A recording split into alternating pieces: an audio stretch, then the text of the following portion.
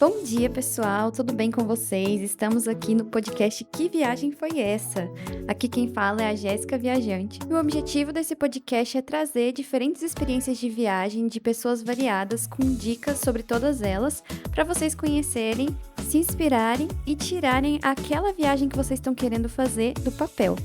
E agora vamos ali comigo descobrir que viagem foi essa. Aperte o play e decole. Que viagem foi essa? Oh, o mundo inteiro pra gente escutar.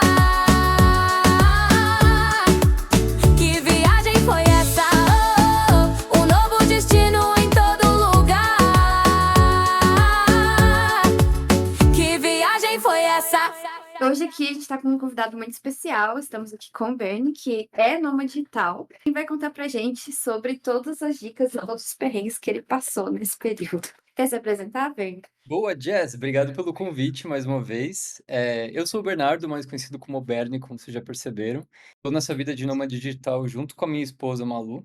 Há uns 6 anos agora, a gente começou logo no pouquinho antes da pandemia, a gente começou no final de 2019, começo de 2020, e estamos há 6 anos nessa estrada. Agora, a partir de julho desse ano, a gente pretende ter um pouco mais de raízes e fixar um pouco no Rio de Janeiro, mas tem sido uma experiência muito legal e vamos falar um pouco mais sobre isso.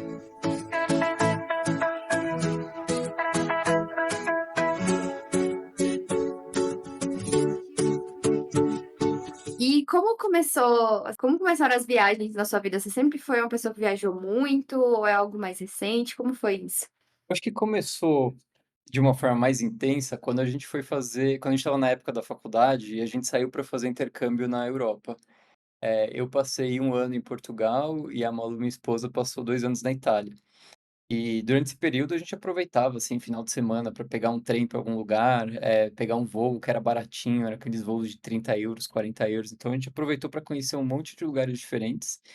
E acho que é aí que abriu um pouco a porta, assim, de que, putz, tem muita coisa para conhecer nesse mundão, pouco tempo, então vamos aproveitar e vamos conhecer as coisas. Então deu pra gente conhecer bastante durante esse período que a gente morou lá, mas acho que abriu as portas também pra gente começar a desbravar um pouco mais a América do Sul, Brasil, que tem muito lugar incrível pra conhecer. Então acho que foi meio que a droga de entrada. É Ciências Sem Fronteiras que vocês fizeram ou foi algum outro programa?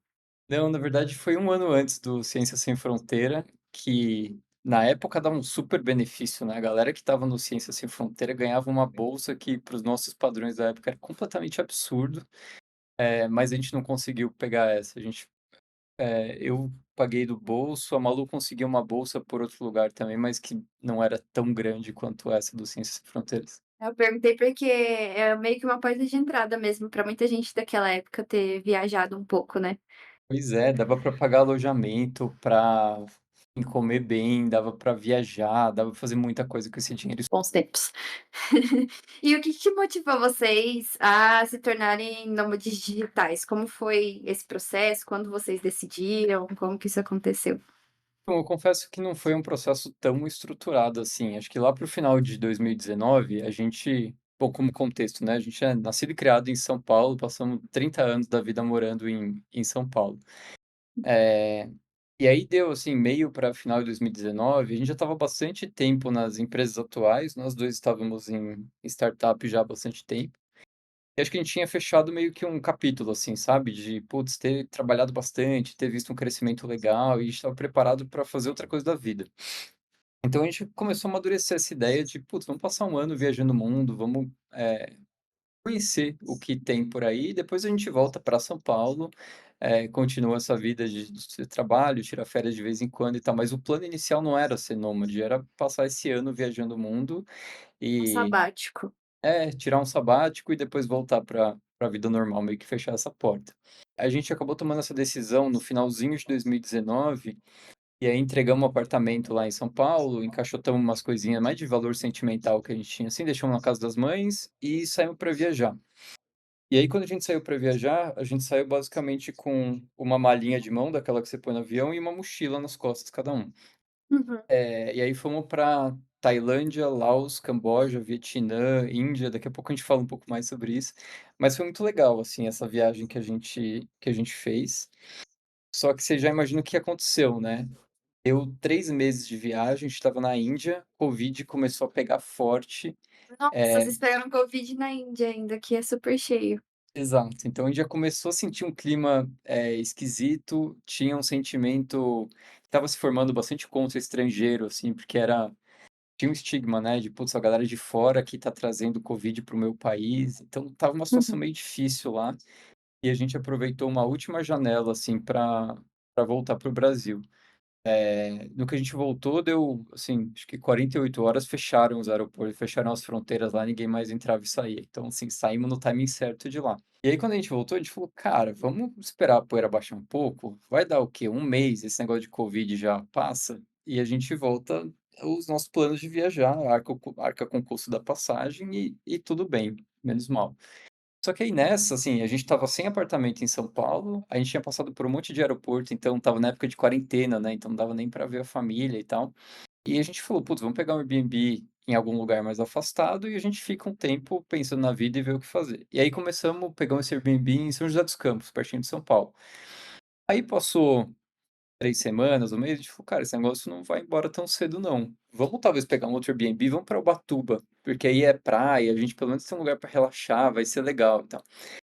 A gente foi pra lá, ficamos mais um mês, falei: "Cara, legal esse negócio, né", porque a gente tem uma cidadezinha que tem as coisas que a gente precisa, tem internet, tem supermercado, tem farmácia, tem restaurante, tem praia também que a gente pode visitar sempre que quiser, então estamos numa qualidade de vida boa aqui. E aí como a situação do Covid foi se estendendo, a gente também foi estendendo, aí ficou mais um mês em Ubatuba, aí depois a gente falou: "Putz, por que que a gente não vai pra Cabo Frio, no Rio de Janeiro? Lá tem umas praias legais também". E aí fomos pra lá, ficamos mais um tempo, e aí, assim, foi que foi, a gente acabou virando nômade digital meio que por acaso, assim, sem ter o planejamento de falar: "Putz, a partir de agora somos nômades". E aí ficou um negócio tão constante e, putz, depois a gente foi pulando em várias outras cidades do Brasil, que chegou um momento que a gente falou: "Cara, beleza, vamos fazer só isso da vida e não vamos mais ter um apartamento em São Paulo ou qualquer outra cidade, enfim, que fosse". Foi assim o nosso começo. E agora já tem 6 anos. Já tem 6 anos. Caramba, imagino que trouxe uma variedade boa de experiências, né. Muito.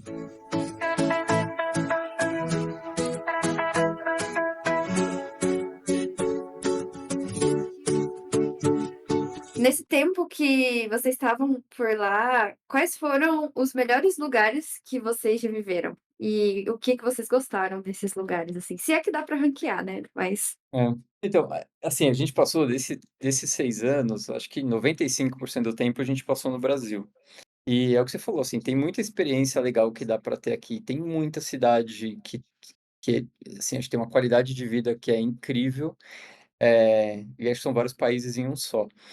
Então a gente se divertiu muito, a gente passou acho que boa parte do tempo também pelo litoral, né, conhecendo as praias. Então, assim, acho que tem 2 destaques que acho que ficam mais na cabeça, que são Maceió. Porque é uma cidade que é grande, tem tudo o que você precisa, mas ao mesmo tempo fica do lado de uma praia que é paradisíaca na própria cidade de Maceió, mas assim, você pegar um carro, você tá 2 horas em Maragogi, uhum. ou enfim, qualquer outro lugar do litoral do Alagoas. Então, foi um lugar que marcou bastante a gente e foi também um dos primeiros que a gente visitou, então marcou bastante. E um outro foi Arraial da Ajuda, na Bahia também, que a gente ficou num super lugar legal, assim, também era quando estava mais punk, a época da pandemia, a gente conseguiu um lugar bacana, e super qualidade de vida, perto da praia, a cidadezinha bonitinha, tem tudo para fazer lá, então, são vibes diferentes, né, uma capital de estado e uma cidade bem menor, mais turística, mas foram experiências muito divertidas. Acho que, assim, menções honrosas, acho que o Ceará tem um lugar especial, porque também nesse meio tempo a gente acabou entrando no mundo do kitesurf. E faz 4 anos consecutivos que a gente está indo para lá também para treinar, a gente passa as temporadas lá. E o Rio de Janeiro também, acho que desses 6 anos, a gente deve ter passado quase um ano no Rio, que apesar de todos os pesares, né, apesar da questão de segurança e tal, putz, é uma cidade que é incrível, assim, foi muito legal morar lá, tem muita coisa para fazer, especialmente de esporte, natureza, assim, tem muita opção.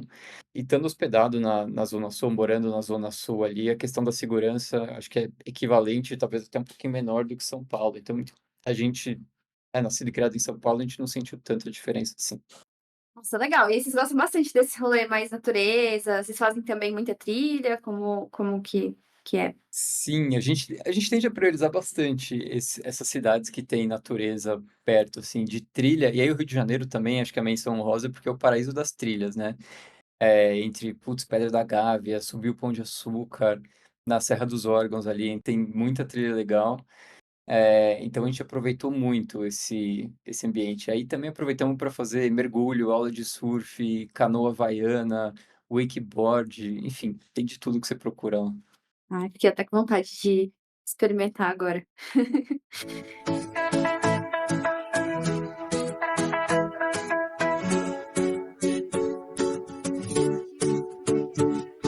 E nesses tempos que vocês estavam viajando, como que foi essa questão de custo de vida? Era tranquilo mudando de um lugar para o outro? Porque vocês falaram que ficaram muito dentro do Brasil, né, aí tem menos preocupação com questão de câmbio de moeda. Não. Mas teve algum lugar que foi, assim, muito caro? Como que foi isso?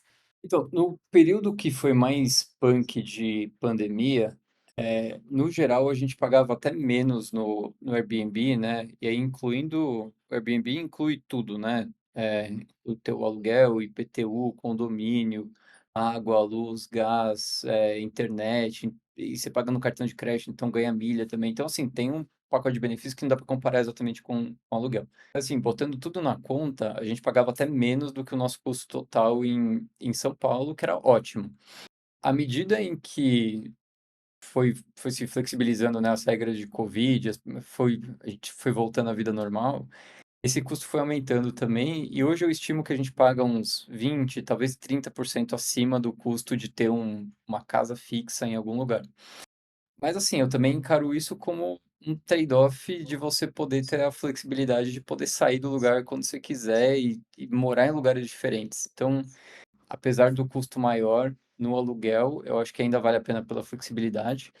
De alguma forma, a gente economiza também no custo de vida, no dia a dia, né? Então, você pega supermercado, restaurante, é tudo mais barato quando você sai de São Paulo. Então, acho que a gente está na cidade mais cara do Brasil. Por um lado, a gente paga um aluguel mais caro, por outro lado, o custo de vida em todo o restante fica menor. Então, acho que no final deu para equilibrar bem, assim. Sim. É, acho que seria mais complexo se vocês ainda estivessem deixado as coisas em algum lugar alugado, né, para guardar, mas vocês entregaram tudo que vocês tinham, né, no caso, na época de sair. É verdade, tem gente que sai para viajar e mantém um hub, né? Uma casa alugada e tem todo o custo, preocupação. No nosso caso, a gente simplesmente não tem isso, então fica muito fácil entrar e sair de qualquer lugar. E quando vocês iam decidir qual lugar que vocês iam ficar, tipo, qual que era o próximo, quanto tempo a gente vai ficar lá, o que que entrava nessa escolha, assim, o que que vocês usavam de parâmetro para escolher para onde ir depois? Acho que o requisito básico é uma internet boa, porque a gente voltou a trabalhar relativamente rápido também. Acho que foi coisa de 3 meses da gente estar no Brasil, a gente percebeu que a situação da Covid não ia se resolver tão rápido e a gente acabou voltando a trabalhar. Assim, internet rápida era uma que com certeza a gente precisaria. A gente priorizava cidades que tinham o mínimo de infra, né? Que tenha supermercado, farmácia, restaurante, que tenha iFood. Então isso ajuda muito no dia a dia. E em termos do lugar em si, a gente buscava, como os dois trabalham com produto e a gente fica em reunião o dia inteiro, a gente sempre busca um lugar que tenha 2 quartos para que a gente tivesse 2 estações de trabalho relativamente afastadas, assim, a gente não ficasse incomodando um ao outro com essas reuniões o dia inteiro. Eu acho que esses eram os requisitos básicos. A máquina de lavar também é importante ter em casa, são essas coisinhas, assim. E a gente acabou virando profissional de ficar olhando as fotos do Airbnb para ver, putz, onde que se a gente pegar essa mesa que está aqui na varanda e a gente jogar ali no canto do quarto, acho que aqui dá para formar uma estação de trabalho. Então, assim, a gente faz um pouco dessa mágica acontecer para escolher o lugar certo. Legal, interessante. Não tinha parado pra pensar nisso de tinha que pensar até em ter dois escritórios, né. E se acostumar a Legal. trabalhar só com o notebook, né? Tem gente que gosta de usar monitor e o teclado a mais, e o mouse, e ter todo É, isso eu aqui, ter um acostumei microfone. assim. A gente não consegue. Até o fone aqui é o fone, aquele simplesinho que tem fio que eu embolo ele, ele fica pequenininho, dá para levar para qualquer lugar. Sim, tem que ser mais simples. falando, assim, um pouco de trabalho, então vocês voltaram a trabalhar logo depois que começaram a viajar pelo Brasil, assim, nesses Foi, deu uns 3 meses, a gente acabou voltando, porque naquela época também as empresas estavam todas, começando no modelo remoto, né, então a gente falou: "Putz, dá pra gente trabalhar e ao mesmo tempo a gente consegue viajar pelo Brasil e continuar trabalhando remoto". Acho que foi mais ou menos aí que caiu a ficha de que esse modelo de nômade digital poderia fazer sentido, apesar de que a gente não uhum. falava muito nesse termo naquela época também. É, eu estava pensando sobre isso esses dias, era algo que não parecia muito plausível, né, antes do trabalho remoto e agora é muito mais fácil da gente acreditar que dá para fazer. E como que vocês faziam, assim, estando trabalhando para aproveitar o lugar novo, conhecer? Vocês passeavam mais fim de semana? Como que era essa rotina? A gente no final conseguia conciliar bem, porque a gente, assim, nunca passava períodos curtos, né, você passar uma semana, você tem que turistar todo dia, porque senão você está perdendo alguma coisa e tem que sair fora. Uhum. A gente procurava ficar pelo menos 1 mês e meio, 2 meses, porque, assim, por mais Ah, que seja pouca coisa, né, tipo, uma malinha de mão e uma mochila cada um, uhum. a logística é meio chatinha, né, de chegar no lugar e se acostumar com as coisas novas, arrumar a casa e tal. Eh, então nesse período mais longo, a gente conseguia aproveitar manhãs e noites, e a gente conseguia aproveitar final de semana, feriados, puxar um feriado estendido, por exemplo. Então, assim, no Então é final, quando você tranquilo. fica 2 meses, você pega um carro, a gente procurava ficar perto de alguma cidade que tenha localiza também, algum lugar para alugar carro, então a gente pegava carro de final de semana, saía para conhecer alguma coisa e voltava. Então no final dava para conhecer, dava para viver a vida, assim, mais, entre aspas, local. E foi muito bom, acho que deu pra conciliar sem ter aquele estresse de: "Puta, preciso sair na terça-feira pra turistar em algum lugar".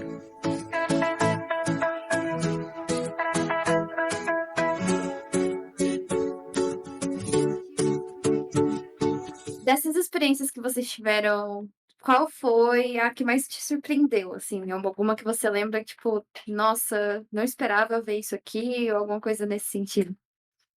Eu acho que, nossa, dessas cidades todas, assim, o que a gente não esperava, vai, em termos de info pra contar uma história que um mini perrengue que a gente passou. A gente decidiu ficar 1 mês numa cidade chamada Parnaíba, que fica no interior do Piauí, porque lá é uma cidade mega estratégica para conhecer o delta do Parnaíba, que é um rio super bonito, a foz de um rio super bonito, Jericoacoara e o litoral do Piauí em si, que também é super bonito. Só que a gente pegou, assim, tinha pouquíssima oferta de Airbnb lá, porque tem, acho que poucas pessoas que ficam, né, como turista naquela cidade especificamente. E, putz, a gente pegou uma casinha, assim, que estava super barata, a gente falou: "Putz, achamos um lugar legal", as fotos estavam, sabe, aquelas fotos meio artísticas e tal. Mas, putz, no final era uma casa que, assim, eu cheguei no primeiro dia, já matei 2 baratas só para começo de conversa, assim, só quando eu Nossa! cheguei, e era um lugar que estava infestado de barata, tinha muito, assim, de matar várias por dia. Eu odeio barata. Então era muito estressante acordar e falar: "Puta, onde que elas estão? Eu preciso sair correndo pra matar". Então essa foi uma casa que me marcou, assim, que eu falei: "Meu Deus, que perrengue, não quero mais voltar pra cá". Então a cidade ficou meio manchada pra mim por causa disso, mas no final tipo, de fato é um hub muito bom pra conhecer essas coisas ali perto que valem muito a pena, mas nossa, Só deram uma falta de sorte com o Airbnb, né? exato. Socorro. Teve algum outro perrengue, assim, algo muito grande que aconteceu, que atrapalhou muito vocês? Eu acho que de resto, a gente nunca teve um mega perrengue, assim, que a gente falou: "Nossa, isso aqui deu muito ruim". É porque, assim, como a gente estava trabalhando esse período todo, acho que a gente não tomava muito risco também de ir para um Airbnb que, sabe, não tinha avaliação, que estava numa localização meio ruim, então a gente decidiu investir um pouco mais e filtrava bem as coisas, assim, tentava reservar com antecedência, que faz Uhum. diferença para pegar lugares bons. Então, assim, tirando esses perrengues de, putz, às vezes o apartamento está mais sujo ou muito mais sujo do que você gostaria, ou, putz, as panelas estão completamente destruídas e fica ruim para cozinhar, e precisamos sair para comprar uma panela nova. Mas, assim, acho que são coisas que a gente acabou se acostumando do dia a dia também e não acho que seja um grande problema, assim. Acho que a gente sempre teve uma atitude positiva e resolveu e bola para frente. Então foi bem tranquilo.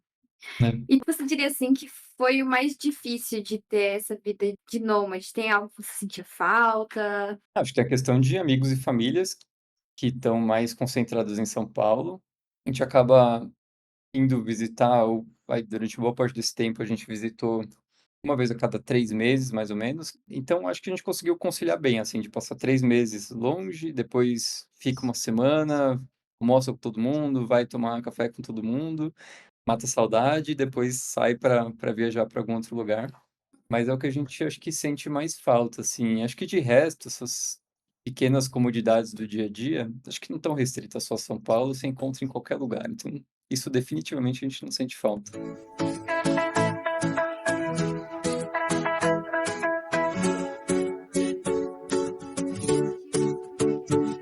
Sim. E quando vocês foram essa primeira parte da viagem, né, quando vocês foram pra Ásia, lá Tailândia, Índia, lá teve algum acontecimento especial, alguma coisa que vocês lembram que aconteceu que foi diferente? Ah, teve vários, né? Assim, a Ásia, ou pelo menos esses países, é um choque de realidade absurdo, né? Eu acho que a gente começou na parte mais Nutella da Ásia, que é a Tailândia. Que é mais turístico, mais conhecido e tal.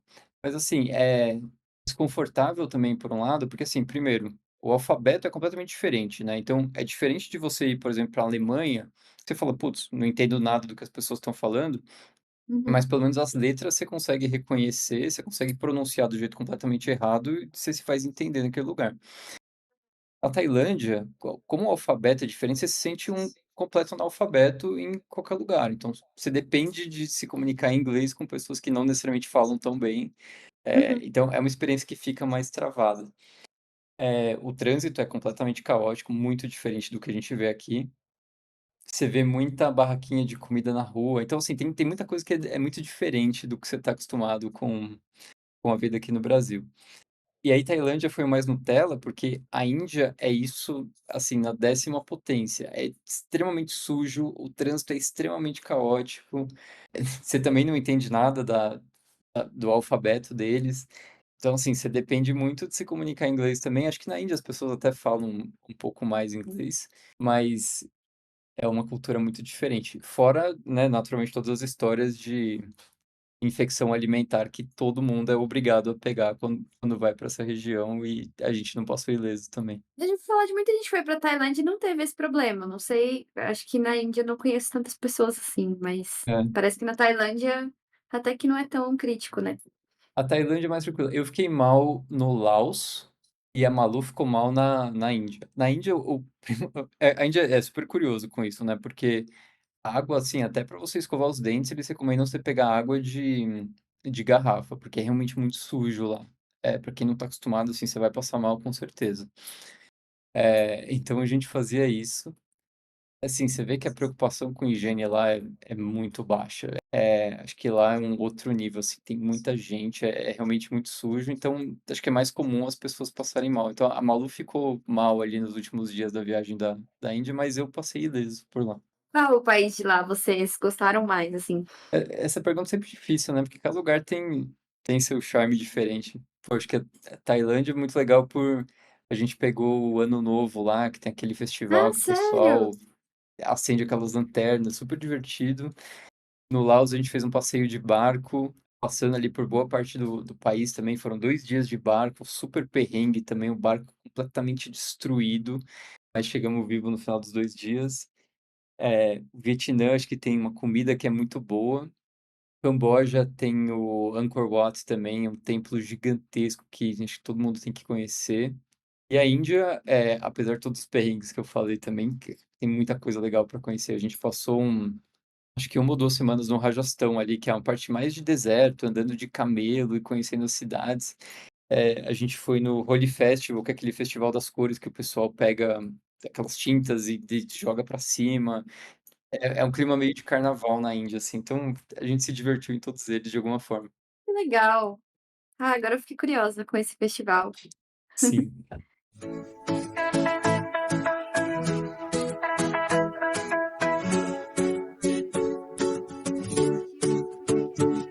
Se você você estivesse voltando atrás e fosse começar essa empreitada de novo, eu sei que não foi nada muito planejado, mas o que você faria diferente?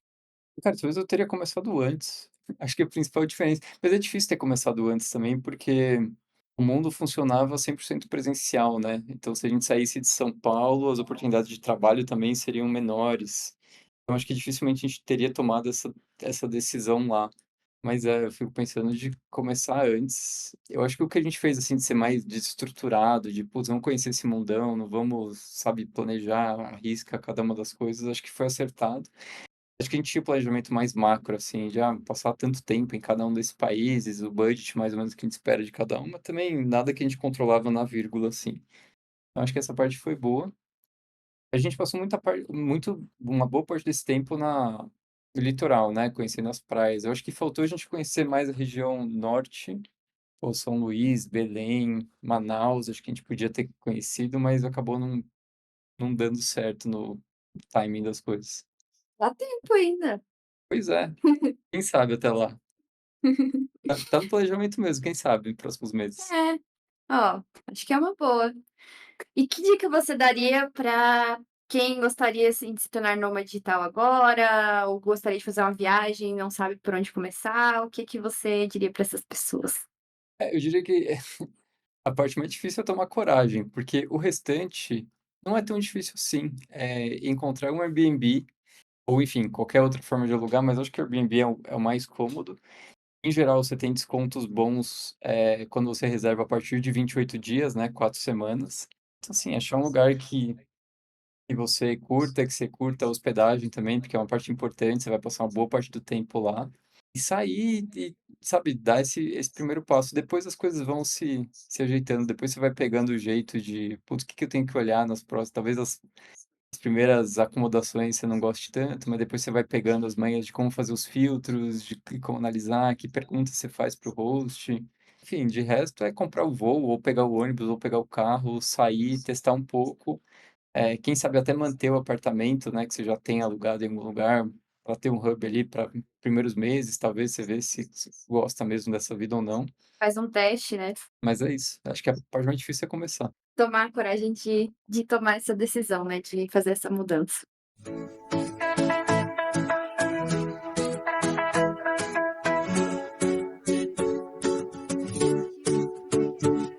Gente, hoje a gente esteve aqui com o Bernie, a gente falou sobre as experiências dele durante o período que ele foi nômade digital, já tem 6 anos, junto com a esposa dele. Passaram por vários lugares, passaram por 3 meses viajando pela Ásia, então, Tailândia, Laos, Vietnã, várias histórias ali. E depois voltaram aqui para o Brasil e conheceram boa parte do nosso litoral, passaram muito tempo ali conhecendo as praias e fazendo trilhas, e ele contou pra gente muito sobre como foi essa experiência de ir selecionando os Airbnbs e até um perrengue com baratas no Piauí. E a dica do Bernie para quem tá querendo começar essa vida de nômade digital, toma o primeiro passo, vai lá, faz um teste, que depois as coisas vão se ajeitando e você vai aprendendo melhor como navegar. Quero te agradecer, Bernie, pelo tempo. Foi muito legal. Trouxe muitas dicas aqui pro pessoal. Acho que vão adorar escutar sobre a sua experiência. Obrigada por aceitar participar. Eu que agradeço, Jess, obrigado pelo convite, sucesso no podcast. Muito obrigada a todos que nos escutaram até aqui. Espero que vocês tenham gostado e tenham se divertido com as histórias. Esse é o último episódio da nossa primeira temporada, mas em breve estaremos de volta. Já clica em seguir para você não perder. E para mais dicas, registros e consultoria de viagens, segue a Jéssica Viajante no Instagram, no TikTok e no YouTube. Desejo a vocês um ótimo fim de semana e muitas aventuras. Aperte o play e decole. Que viagem foi essa? Oh, oh, oh.